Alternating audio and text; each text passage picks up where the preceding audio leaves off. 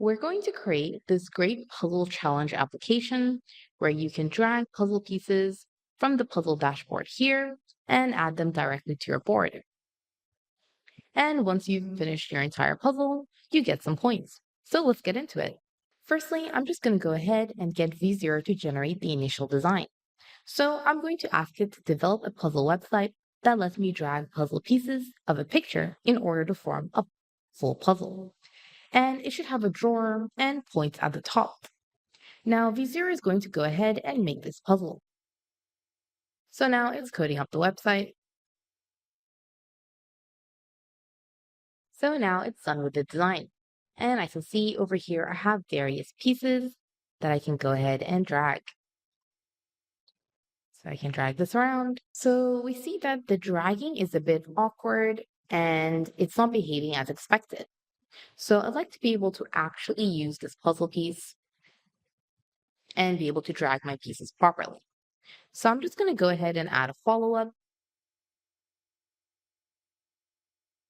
So now it's taken account my response and it's giving me some new code. So having downloaded the file, we're just going to right click and select on extract all. Now we're going to open up our project in Cursor. Click on Open Project. Go to your location and select Projects. Now we want to actually run this file. So I'm just going to go ahead and ask, how do I run this project? It's going to go ahead and read all our files and give us some code suggestions. So we're just going to click on Run. And then I'm just going to click on Run again for the next command. So I can see that it went ahead and ran the website in this link here. Opening that link in the browser, I can see this website. So let's test it out. I'm dragging puzzle pieces and putting them in the board. And I've put all the pieces in the board. So this looks great. My only issue here is these pieces don't have any style to them. I wanted to actually show an image.